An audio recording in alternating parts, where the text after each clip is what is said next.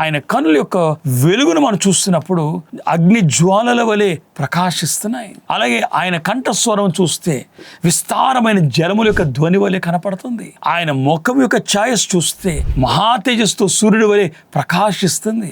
ఆయన వేసుకున్న వస్త్రము పాదముల అంచుల వరకు దిగుచున్న వస్త్రము ధరించుకున్నారు. రొమ్మున బంగారు దట్టి కనపడుతుంది.